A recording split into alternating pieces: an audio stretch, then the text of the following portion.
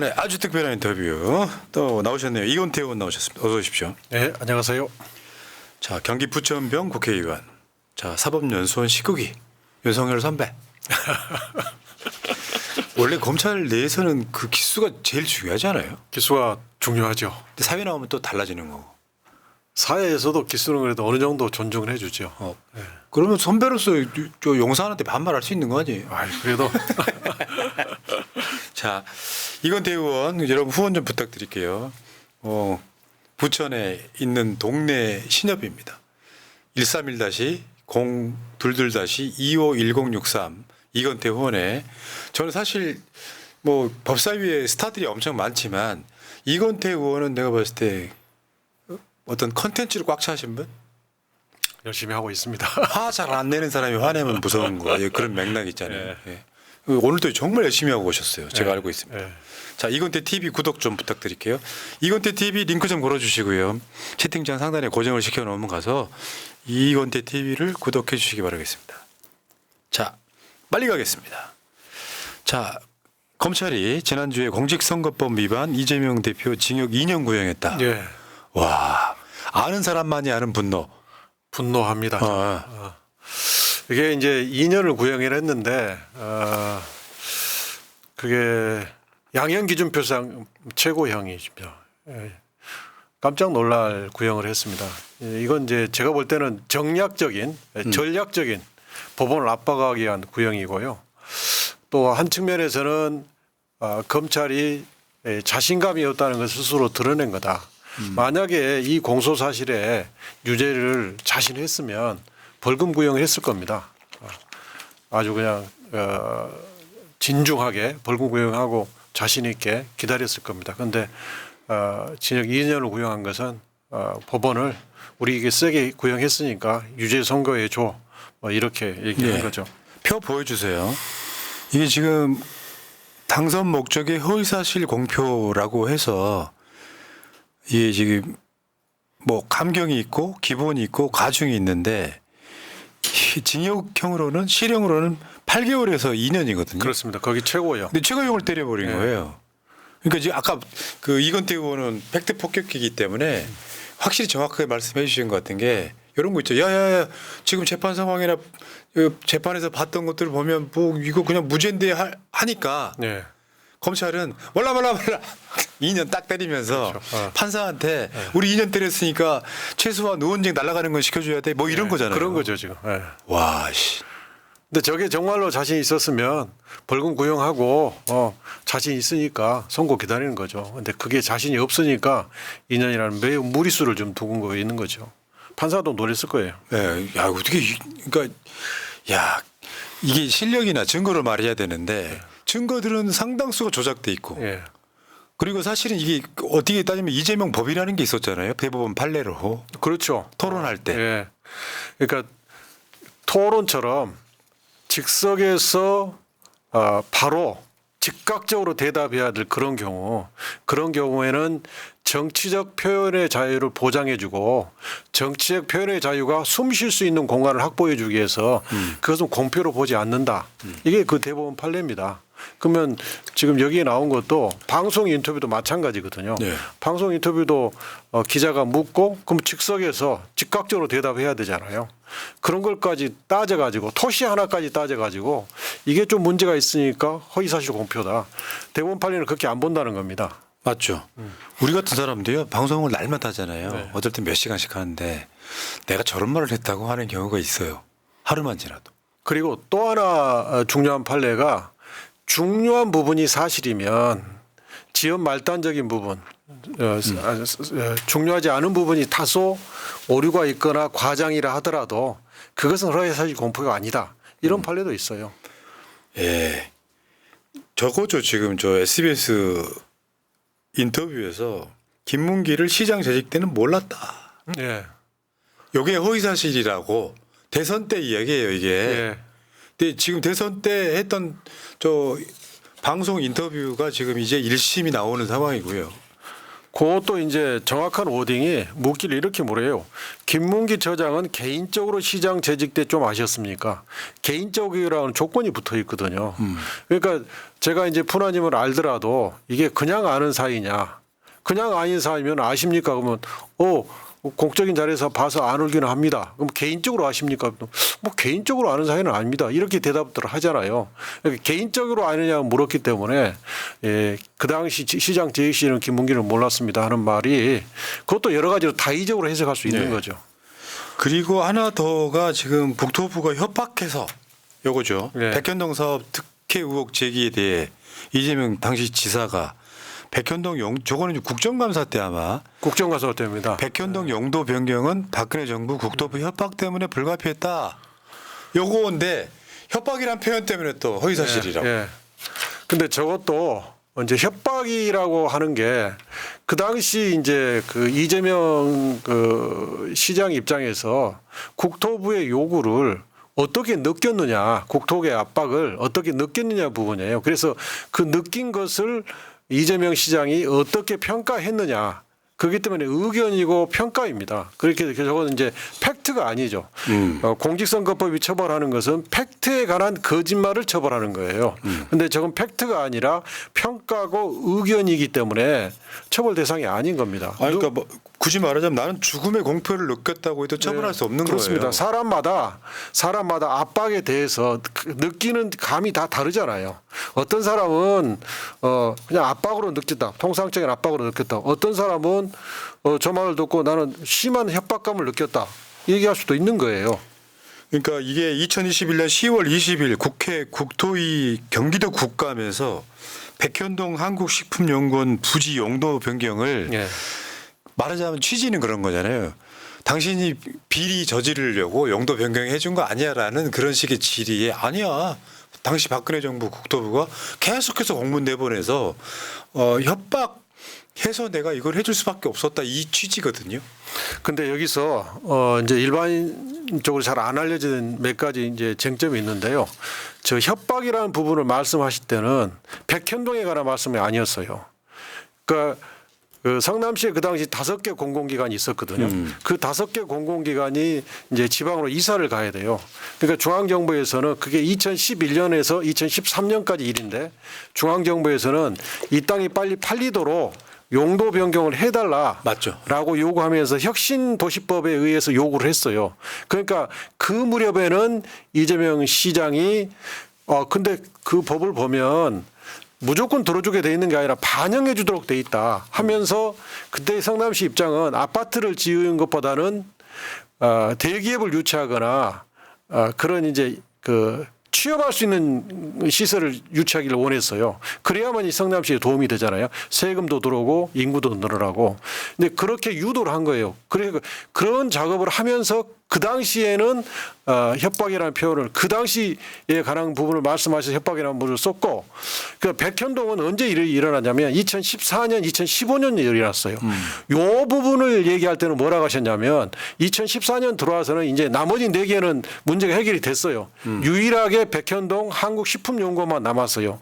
그러니까 요 식품연구원만 딱 찍어서 국토부에서 공문을 한 5차 보내고 국토부 국장이 성남시를 방문하고 성남시 공무원을 국토부로 불러서 쪼았어요. 그럴 때는 국감장에서 발언하실 때 협박이라는 용어를 안 썼어요.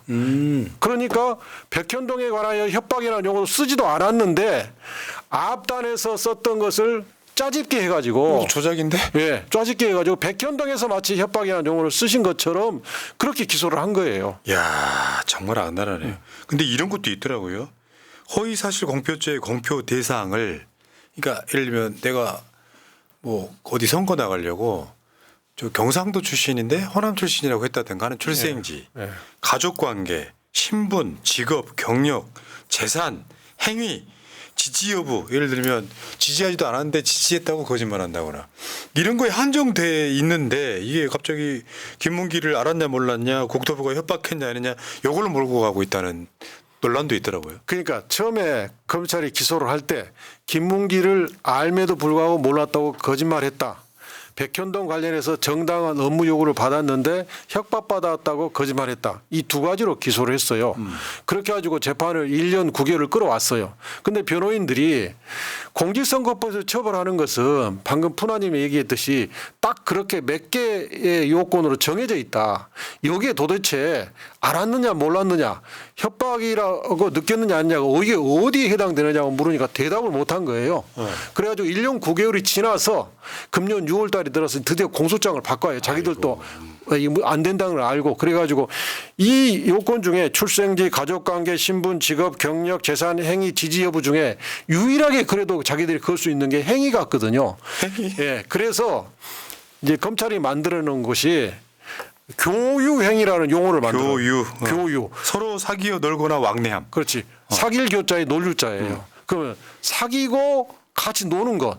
그러면 이건 개인적인 친분이 매우 두터운 사이들 사이에서 벌어지는 일이잖아요. 그러니까 누가 뭐라고 하더라도 시장과 시 밑에 산하기관의 성남 도시개발공사의 그 팀장급인 처장급인 이 김문기가 교유 관계는 아니잖아요. 교유행위하는 관계가 아니잖아요. 네. 그게 또 아닐 뿐만 아니라 그 이재명 시장이 했다, 이재명 지사가 후보가 발했던 발언은 모른다는 것인데 이걸 가지고 그 관념을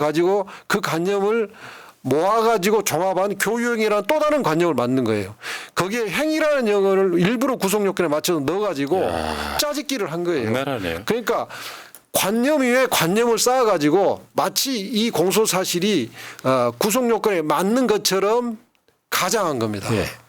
그래서 이제 이재명 대표와 김문기 씨가 알았다는 취지로 보도가 어마어마하게 나왔어요. 네.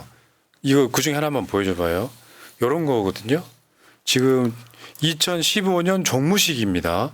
밑에 보면 이재명 성남시장한테 상 받으려고 어마어마한 사람들이 줄을 서 있는데 대부분 이런 식인 거예요. 저 사진이 그러니까 1년에 이재명 시장이 표창장을 주는 대상이 한 수천 명이더라고요. 2,500명인가 뭐 그래요. 잘하면 근데, 잘한다고 칭찬해 줘. 예. 그런데 저 때는 12월 달 연말 표창인데 전날 313명인가를 표창을 받아요. 그런데 김문기도 그 313명 안에 들어있는데 이재명 시장이 직접 수여한 대상도 아니었어요. 보통 연말에 시장상을 쫙 받을 때 행사장마다 다 있으면서 그 자리에 있는 뭐 시의원이 대리 수상한다든가 이렇게 하거든요.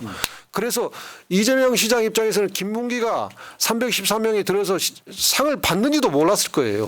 근데 그거 가지고 상을 받은 대상이 있으니까 당연히 이재명 시장은 김문기를 잘 아는 교유하는 관계에 있다. 이런 식으로 주장을 한 겁니다. 그러니까 의원님 제가 방송하지 않습니까? 어떤 경우는 1시간 동안 인터뷰를 해도 시간이 지나면 기억 못하는 경우가 부지기수요. 저분 누구더라? 부지기수인데 저런 식으로 사진 갖고 놀았던 것 같고요. 하나만 더 보여드릴까요? 여러분들 종편들 통해서 되게 많이 본 장면인데 지금 여기 보면은 여러 장의 사진 중에 또는 여러 명이 찍혀 있는 사진 중에 저것만 확대해 가지고 증거로 제출해요. 검찰이. 이게 여기에 지금 유동규도 있고 김문기도 있는데 어떻게 모를 수가 있냐.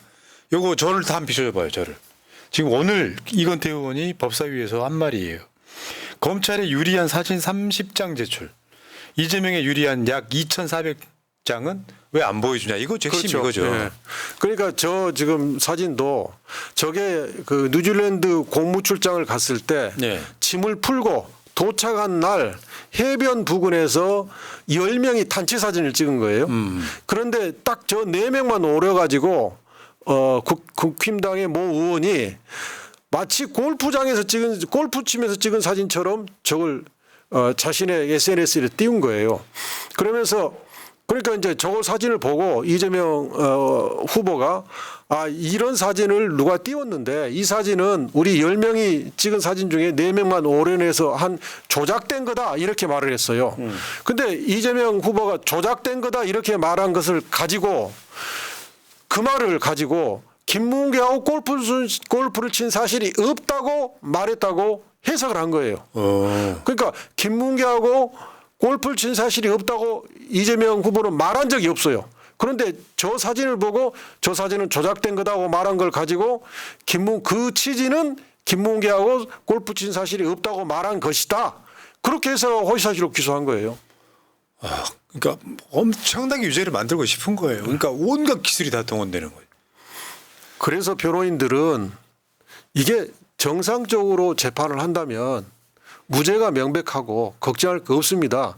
이런 입장인 거예요. 근데 하도 정권이 법적 카르텔이 온갖 이상한 짓을 하니까 일단 지지하시는 분들 입장에서는 불안한 거죠. 불안하죠. 네.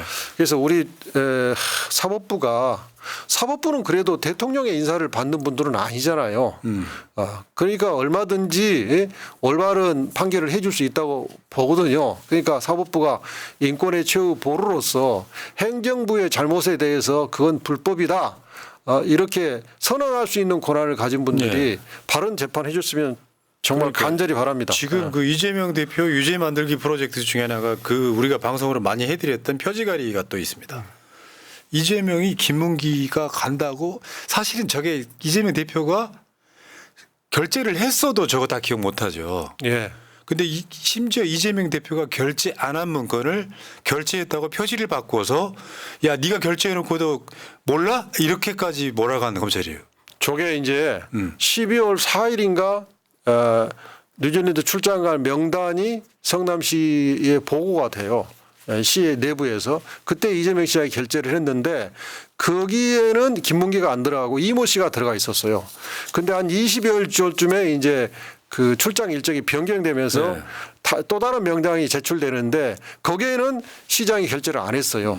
근데 검찰이 저 12월 4일 표지하고 20일 후쯤에 속지를 하나 묶어가지고 뭐 그 성남시 공무원을 상대로 조사하면서 제시를 하는 거예요. 그래가지고 야 여기 보니까 김문기가 이름이 있고 거기에 시장이 결재돼 있는데 그러면 시장이 김문기 김문기도 출장을 같이 간다는 걸 알고 결재한 거냐? 이렇게 물어봐요. 그러니까 그 사람은 그 공문이 있으니까 이 공문이 그렇게 된다면 그런 모양이네요. 라고 대답을 해요. 그리고 그걸 조서를 증거로 내요.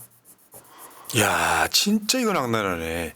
고의성이 있는 거잖아요. 그래서 이제 우리 이번에 이제 검독이 검찰 독재 대책위원회에서는 이런 것들을 모아가지고 고발 여부를 심도 있게 검토를 하자 이런 입장입니다. 자, 근데 여러분 제가 한번 말씀드릴게요. 성남시하고 산하기관 직원이 대략 4,500명 정도 된다고 해요. 예. 4,500명. 그중에 김문기 같은 팀장급만 600에서 700명 된다 그래요. 시청만 있는 게 아니라 김문기 씨는 성남시청 직원도 아니었잖아요. 말하자면 그 대장동 등 관련해 가지고 성남도시개발공사가 있고 거기에 유동규 밑에 있던 그렇습니다. 팀장급이에요. 예. 근데 어쩌다 보니 이제 이 성남시장하고 도시개발공사장들하고 그냥 여행 간 건 아니고 예. 아마 도시개발이나 관련된 뭔가를 갔겠죠. 예. 그중에 이제 이재명 대표는 골프를 거의 못 친다면서요. 예. 근데 마치 이재명 대표가 이제 골프나 치러 다닌 것처럼 또 이미지와 이상하게 만들고 거기에 같이 갔었는데 왜 기억 못하냐 이런 요거를 이제 그러니까 수백 개를 찾았을 거라고 생각이 들어요. 엮으려고. 예. 그러다가 SBS하고 인터뷰 보니까 김문기 몰랐다고 요거를 또 허위사실 유포로. 예. 그런 거죠. 당선을 목적으로 자기 그렇습니다. 자신의 예. 비리를 가리려고 했다 예. 같은. 이거 재판하는 경우 보셨어요? 이런 걸로? 저는 못 봤습니다. 이런 걸로 어떻게 재판을 합니까? 더구나 대선에서 떨어진 상대 후보인데 이런 식으로 샅샅이 뒤져가지고 토시 하나까지 해가지고 기소해서 밟는 그런 정부가 어디 있습니까? 아유 망해야 됩니다. 그다음에 이런 것도 있더라고요. 수사 단계에서의 진술 조서하고 실제 법정 증언들이 배치되는 경우. 그게 이제 그것도 이제 그 법정 증언 녹취록을 제가 구체적으로 확인해 봐야 되는데 이런 케이스가 있었다고 하더라고요. 예컨대 모 주점 직원을 불렀어요. 그래서 이제 그 주점 직원이 검찰에서 진술할 때는 아주 상세히 진술한 거예요. 예컨대 뭐 무슨 실장, 무슨 이혼, 그 사람들의 행색, 시장에 관한 이야기 또는 뭐 추진 사업 이런 걸 굉장히 구체적으로 진술을 해놓은 거예요. 그래서 이제 법정에서 그분을 불러서 물어봐요. 이게 이렇게 당신이 기억해서 한 거냐 이렇게 스스로 기억해서 한 거냐 이렇게 물어보니까 저는 기억이 나지 않습니다 이래요. 그러니까 이제 판사님이 거들어가지고 아까 변호사님이 물어보실 때 그 취지는 뭐냐면 당신이 스스로 기억을 해서 아무개가 실세라고 또 시장이나 사업 이런 것에 대해서 진술한 거냐 아니면 다른 사람이 먼저 알려준 거냐 이렇게 물어봐요. 그러니까 이분이 검사님이 먼저 하신 것 같습니다. 이렇게 대답을 했다는 거예요. 그러면 진술조서가 자기가 그냥 알고 기억나는 대로만 진술한 게 아니라 유도신문 해가지고 이렇게 했던 거 맞지 않느냐 이렇게 먼저 답을 다 일러주고 그러니까 이제 거기에 따라서 진술조서 작성하고 그 진술서를 증거로 내고 만약에 이 증인을 법정에 부르지 않았으면 그 진술조서 있는 그대로가 그 사람이 진술한 것처럼 생생하게 진술한 것처럼 그렇게 판사는 잘못할 거 아니에요. 이렇게 하면 안 된다는 겁니다. 그 고발사주 조성은 씨 인터뷰를 얼마 전에 했는데 이제 그 사건 관련해 가지고 이제 검사들과 덕대에 비슷한 걸 했다고 그러더라고요. 조사도 아니고 뭣도 아니고. 근데 거기서 했던 말들을 하지도 않은 말들을 했다 이런 식으로 언론에 나간 거예요. 근데 조성은 씨가 그 검사랑 만나서 대화하는 거를 다 녹음을 한 거예요. 예. 그러니까 정반대로 조성은 만났더니 이렇게 주장하더라. 실제로 그런 식의 조작이 횡행해 버리는 거예요. 그러니까 윤석열을 좀 이롭게 하려고 다른 사람이 하지도 않은 말을 했다고 조작을 해버리는 거예요. 그 검사가 그런 짓 하면 돼요? 검사가 절대 해서는 안 되는 것. 공소권을 남용해서 함부로 기소하는 것. 둘째는 증거를 조작하는 것. 이건 검사 자격이 없는 겁니다. 이런 사건이 벌어지면 단 한 건이라도 검찰총장은 책임지고 사표 써야 됩니다. 그러니까 지금 이거 말고도요 또 어떤 짓을 하냐면 수사 기록을 복사를 안 해줍니다. 1년 넘게. 그게 지금 백현동 사건인데요. 네. 백현동 배임 사건으로 검찰이 이재명 대표님을 기소했잖아요. 그럼 1년이 지금 됐어요. 그런데 이제 변호인들이 기록을 복사해 주십시오. 그래야 변론 준비를 할 거 아니에요. 그런데 지금 기록 복사해 달라고 하면 한 달 후에 언제 해줄게요. 또 한 달 후에 하면 또 한 달 후에 이런 식으로 계속 미루고 아직까지 안 해주고 있어요. 방어권을 완전히 무력화시키는 그렇죠. 거예요. 근데 이게 기록이 뭐 1000페이지, 2000페이지도 아니고 복사해보면 막 5만 건, 10만 쪽 이렇게 될 거 아니에요. 그러면 이걸 미리 보고 봐야 재판 준비를 하고 또 검찰이 증거가 뭔지를 봐야 우리도 반대 증거를 찾고 그럴 거 아니에요. 근데 완전히 이것은 방어권을 무력화시키는 거예요. 또 하나는 그러면 백현동 배임 사건 기록을 왜 내주지 않는가? 공직선거법에 백현동 부분이 있잖아요. 이 공직선거법 백현동 부분이 곧 11월 15일 날 선거인데 거기에 이재명 대표한테 유리한 증거를 제공하지 않기 위해서 지금 차단하고 있는 거예요. 아이고 참. 그러니까 이런 짓도 하더라고요. 검찰이 하고 있는 것 중에 진짜 그 분노스러운 게 자신들이 이재명 대표를 얽어매려고 언론 플레이를 해요. 그 언론 플레이 한 것이 또 증거 자료로 다시 들어가요. 네. 아 이게 말이 돼요? 그러니까 검찰과 언론이 서로 협업을 해가지고 서로의 가치를 우리 노무현 대통령이 말씀하셨다시피 제도 이상의 권력을 지금 부리고 있는 거예요. 검찰과 언론을 이렇게 차단시켜야 돼요. 우리 의원님은 그래도 검찰 나오신 지 오래되셔갖고 네. 객관적으로 잘 보시는 것 같아요. 내가 저런 곳에 있었다고. 저도 이제 검사 이건태와 변호사 이건태와 정치인 이건태는 완전히 다른 사람이에요. 세 명의 이건태가 각각 달라요. 검사 이건태보다 변호인 이건태, 변호사 이건태가 세상을 훨씬 많이 알았고 변호사 이건태가 정치인 이건태가 변호사 이건태보다 훨씬 많이 알고 훨씬 민중 속으로 깊이 들어갔고 제가 정치를 안 했으면 아 이런 세상을 모르고 눈을 감았겠구나. 그래서 저는 정치를 하기를 아주 잘했다고 생각하고 있습니다. 지금 그 이재명 대표한테 행해지는 것들이 윤석열의 정적이라는 측면도 있고 정권 교체가 되면 굉장히 중요한 최고의 중요한 인물을 없애려는 목적도 있겠지만 때로는 검찰이 이런 식으로 조작해서 억울하게 뭐 옥살이한 사람들을 얼마나 많을까까지 생각을 하게 되거든요. 특히 정치적 사건에 있어. 그렇죠. 정치적 사건은 그 가능성이 매우 높죠. 정치적 사건은 검찰이 목표를 정해놓고 사건을 몰아가기 때문에 검찰의 수사 및 기소가 공정했다고 볼 수 없죠. 근데 이제 국민들이 이제 이렇게 기사에 대해서 관심 있게 보시고 또 유튜브도 보시고 공부하신 국민들은 다 아는데 그냥 바쁜 일상생활을 사시는 일반 시민들은 그냥 그 보수 언론들이 쓰는 표지만 보고 뭐 그리고 검찰의 일반적인 공신력을 믿고 뭐 잘못했겠지 이렇게 생각해 버린다는 거예요. 그러니까 참 이런 그 검찰의 무리한 수사 및 기소를 이겨내고 뚫기가 정말 개인이 이겨내기는 너무너무 어렵습니다. 그 한명숙 총리 사건이나 노무현 대통령 사건 같은데 그나마 지금 환경이 사람들이 기성 언론만 보지 않잖아요. 유튜브 같은 것도 보잖아요. 네. 팩트 체크를 좀 해드리니까 이거는 그러니까 그런 사건이 너무 많은 거예요. 네. 특히 이제 우리가 뭐 조국 대표 사건부터 시작해서 쭉 오다 보니까 이건 뭐 법을 이 정도였다라는 생각이 들 때는 법에 대한 신뢰가 아예 없어지더라고요. 그러니까 유튜브가 이제 활발하게 국민들을 향한 상대로 진실을 알리고 국민들이 유튜브를 많이 봄으로써 이번 레거시 언론이라고 하나요? 예. 그 레거시 언론의 그 편향된 보도, 줄서기 보도 이 부분의 실상이 이제 국민들이 많이 알게 됐죠. 예. 그 이번에 아까 말씀 잠깐 하셨는데 그 수사 검사들의 허위 공문서 작성 이거 고발할 계획이다. 그러면 이제 언론이 기성 언론들이 이제 무슨 보복한다. 뭐 이재명 사법 리스크를 뭐 이런 식으로 지금 탈출하려고 한다 하는데 저는 이거 보고요 무릎을 탁 쳤는데 뭐냐면 검사들이 조작을 했을 때는 당연히 처벌 받아야 되잖아요. 근데 그게 없었다는 거잖아요.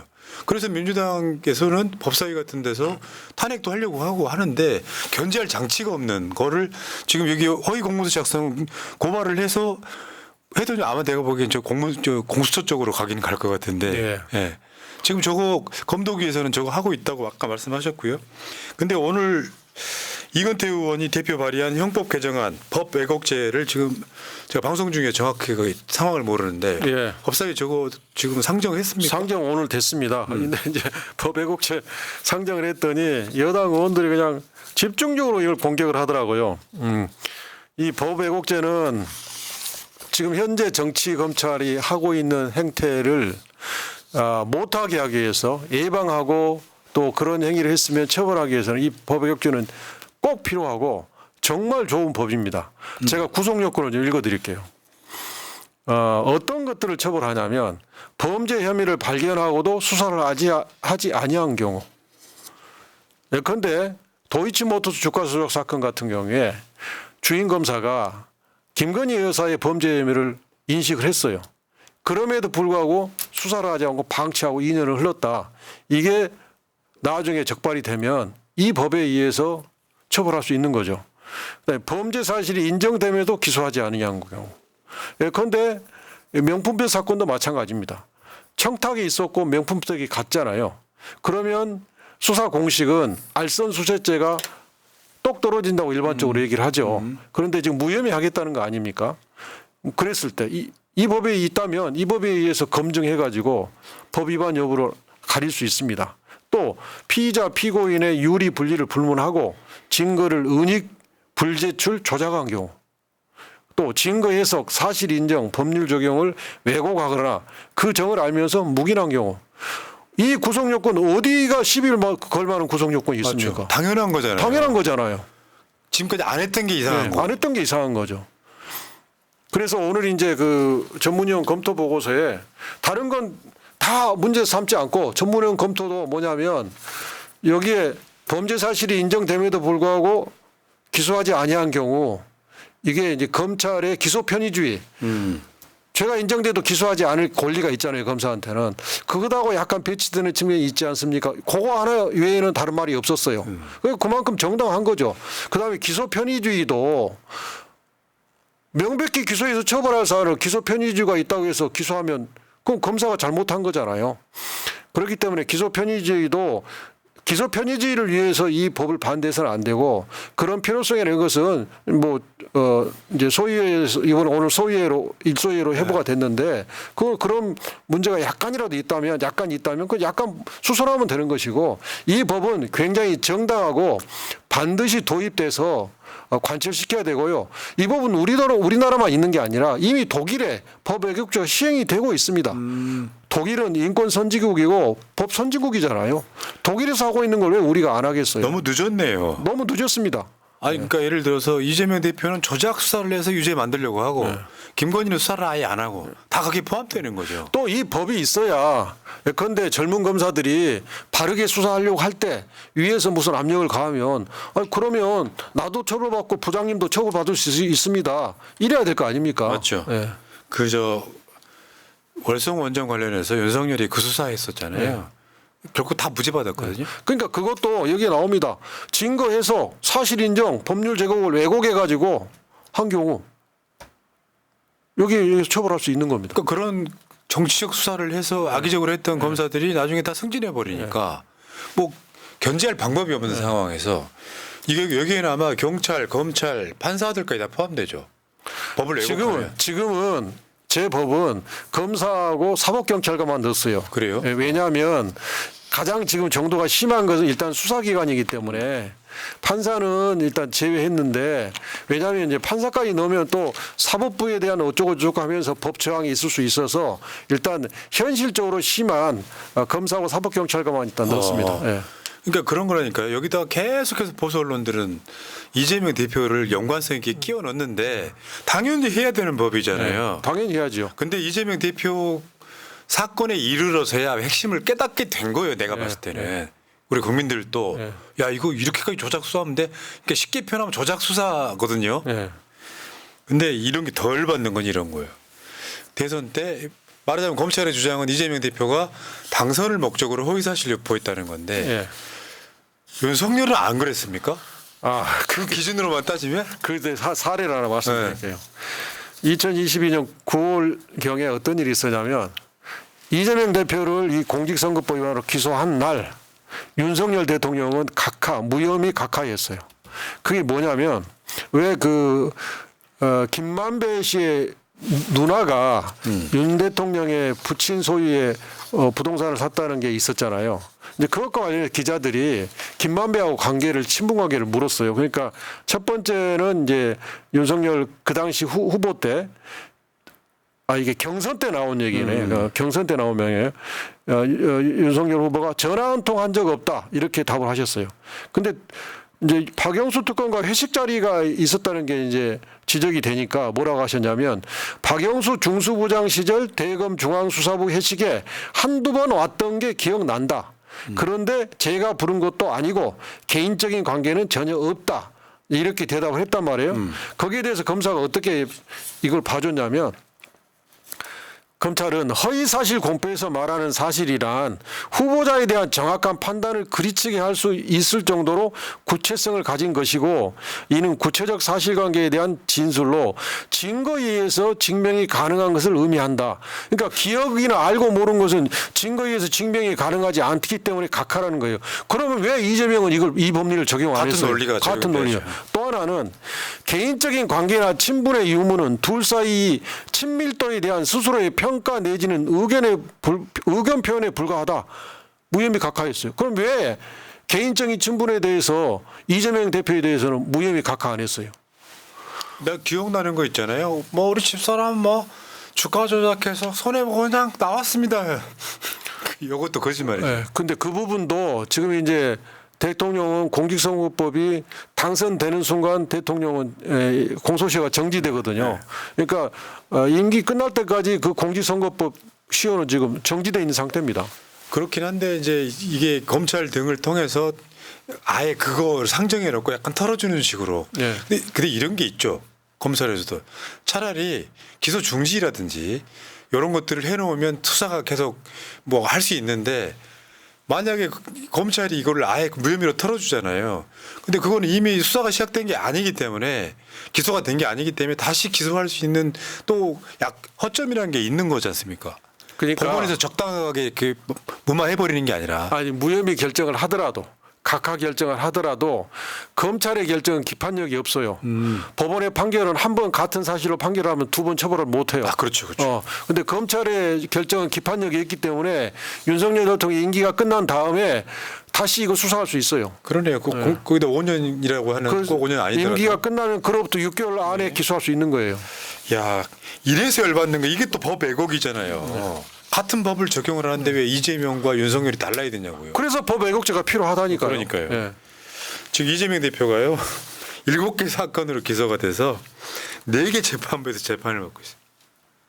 이런 경우 아마 전 세계 유일무이하지 않아요? 예, 이제 중앙지검 33부에서 대장동, 유일의 성남 FC 백현동을 받고 있고요. 또 33부에서 별건으로 위증교사 사건을 재판받고 있어요. 그 다음에 이제 엊그저께 재판했던 공직선거법 사건을 중앙 34부에서 받고 있고 얼마 전에 기소된 쌍방울 대북 송금 사건 이게 수원지검 11부에서 받고 있거든요. 그러니까 지금 33부 재판이 일주일에 화요일, 금요일 재판을 해요. 그리고 위증교사 사건은 격주로 월요일 날 재판해요. 그러면 그 격주로 월요일 날 재판하는 그 주는 월, 화, 금 3일을 재판을 받아야 돼요. 만약에 또 수원지검에 기소된 쌍방울 대북 송금 사건을 지금 대장동 사건처럼 주 이틀을 하게 되면 지금 3일에다가 주 이틀 하면 주 5일 재판만 받아야 돼요.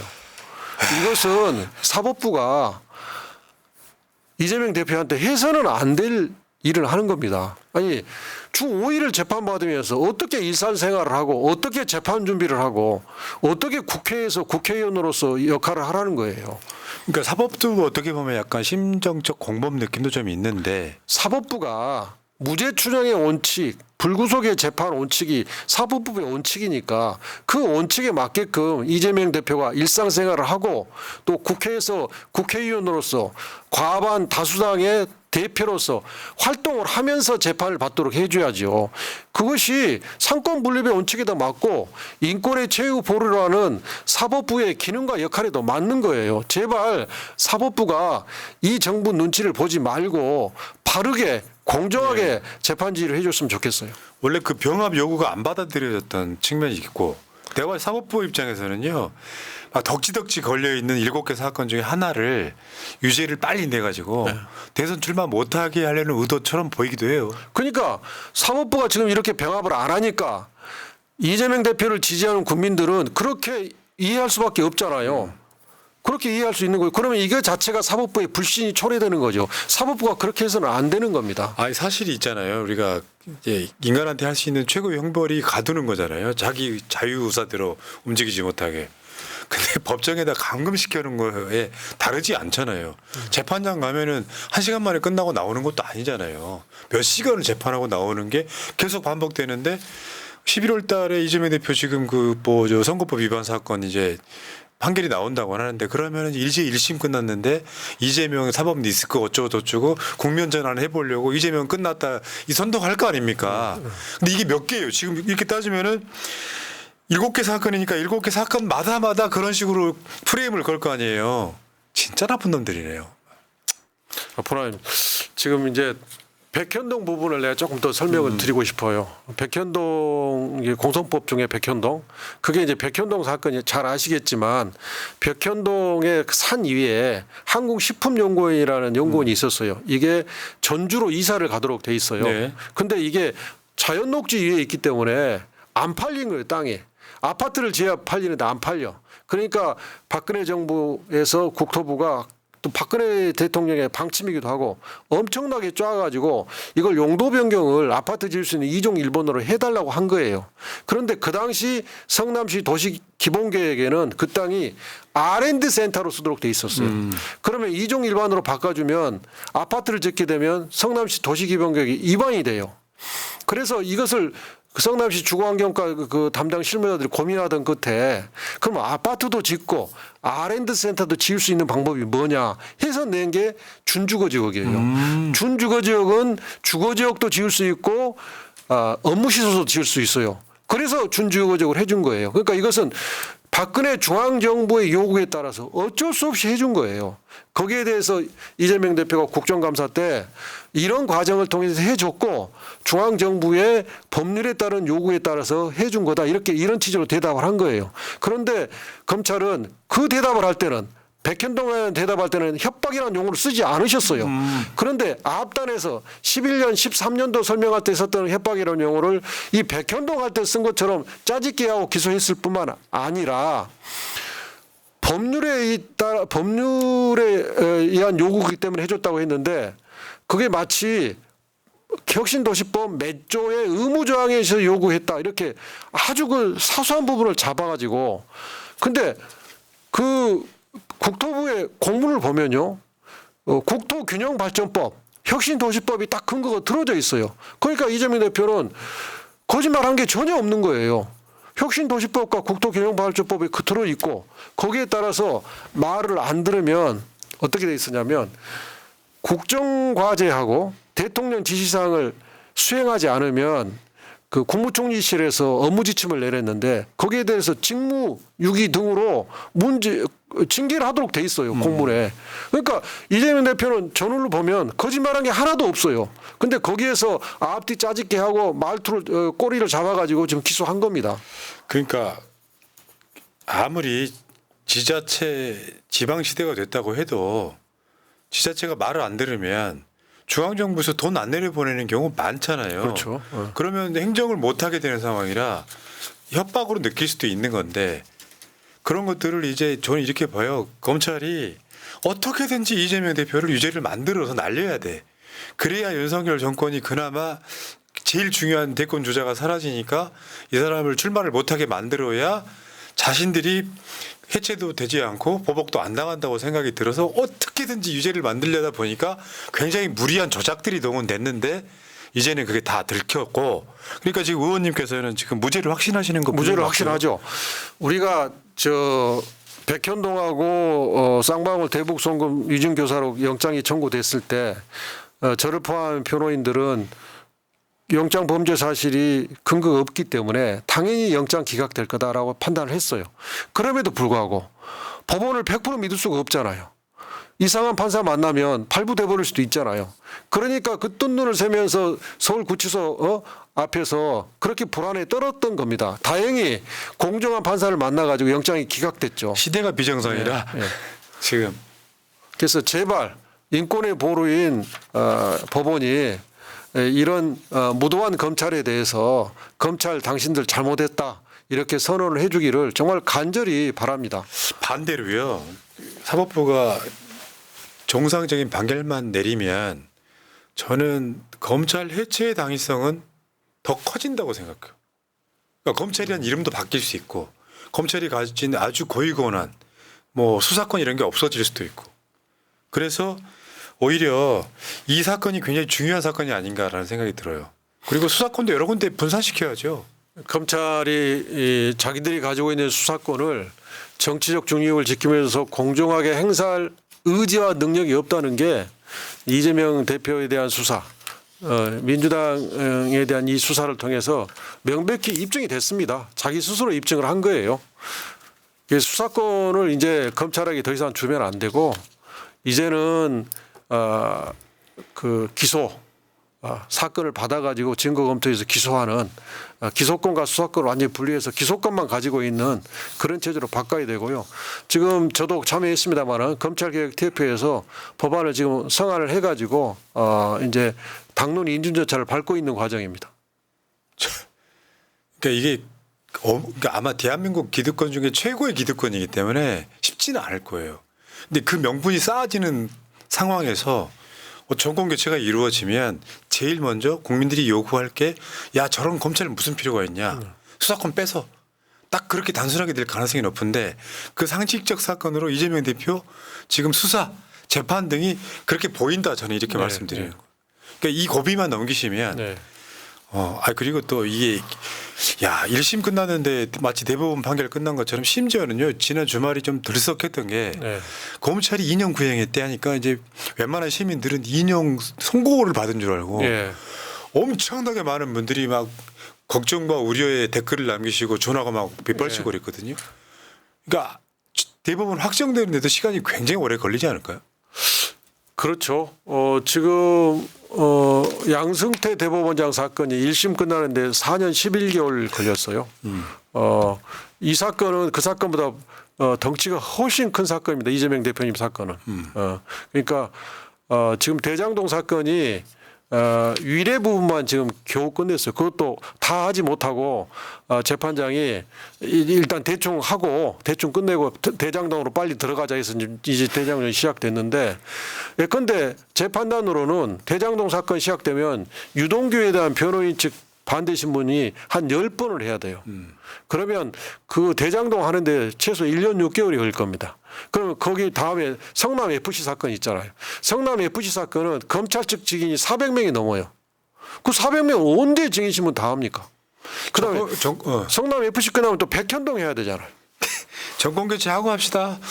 그러니까 저는 검찰이 성남 FC 사건도 400명 이상의 증인을 이걸 증인신문 해야 된다고 주장하는 것은 그 400명 넘은 증인이 다 필요하지 않을 거라고 보는데 그걸 왜 유지하려고 하는지 모르겠어요. 그러니까 이건 재판을 검찰이 끌고 있는 거예요.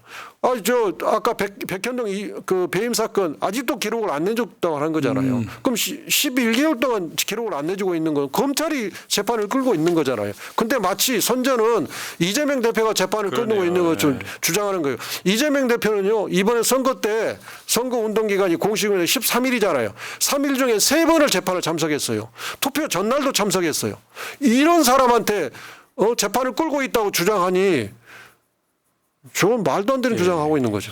야, 이것도 어떻게 보면 법 왜곡죄에 좀 가까운 느낌이. 이 법이 반드시 통과돼야 된다. 그러네요.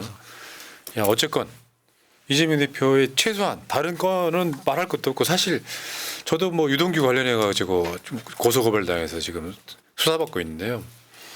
대장동 사건은 거의 약간 코미디처럼 돼버렸고 이재명 대표 유죄 나올 가능성이 아예 없어 보이고 그러니까 뭔가를 걸으려고 걸었던 게 위증교사 뭐 선거법 위반 뭐 이런 식으로 가고 있긴 한데 정말 나는 이재명 대표에 대해서 놀라운 발견하거든요. 와 정말 털 게 없었나 보다 싶은 굉장히 많은 사건들이 있잖아요. 야 진짜 놀라운 캐릭터에 가깝습니다. 어떻게 성남시장과 경기도지사를 했는지 그냥 눈에 보이는. 근데 그런 사람도 검찰이 꼬투리를 잡으면 법정에 감금시키다시피 할 수 있다. 그렇게 보이실 것 같고. 자 어쨌건 우리 이은태 의원님과 함께 자, 이 선거법 위반 사건은 무죄를 확신하신다고 하셨으니까 좀 안심이 되네요. 이 변호인들의 태도를 읽을 수가 있는 게 요번 결심 전 기일에서 검찰이 피고인 주신문을 김문기 관련 건으로 하루를 썼어요. 그다음에 이제 요 결심된 날도 검찰이 하루를 쓰겠다고 했을 때 변호인들이 너무 길다. 오전만 주신문 하라. 원래 우리 반대 신문도 검찰이 한 만큼 했는데 우리는 오후 중에 반만 반대 신문 하겠다. 그리고 우리 최후 변론하고 재판 끝내겠다. 이랬어요. 이 태도를 보면 변호인들이 재판을 끌고 싶은 생각이 없는 거예요. 그러니까 변호인들은 공정한 재판만 있으면 우리는 자신한다. 지금 이런 느낌을 저는 받아요. 근데 이제 저 대북 송금 사건 같은 경우는 판결했던 판사가 또 같은 판사이고 막 그래서 약간 좀 찝찝하긴 한데 그건 그때 생각해도 되는 것 같습니다. 오늘은 이재명 대표의 선거법 위반 사건 검찰의 2년 구형이 얼마나 황당한 건지를 이건태 의원과 함께 자 알아봤고요. 여러분 이렇게 고생하시는 이건태 의원 후원금 좀 보내주세요. 신협 131-022-251063 이건태 의원을 해주시고요. 자 이건태 의원님과 함께 또 필요하실 때 적재적소에 딱 나오셔가지고 팩트 체크 해주시니까 감사합니다. 감사합니다. 마지막으로 30초만. 우리 새날 시청자 여러분, 또 이렇게 뵈니까 반갑습니다. 저는 여러분이 응원해 주신 덕분에 우리 민주당 법사위에서 민주당과 이재명 대표의 민주당을 위해서 또 이재명 대표의 무고함을 밝히기 위해서 또 윤석열 정권의 부정과 부패와 비리를 지적하기 위해서 열심히 뛰고 있습니다. 감사합니다. 오늘 고생하셨고요. 다음에 또 뵙겠습니다. 고맙습니다. 감사합니다.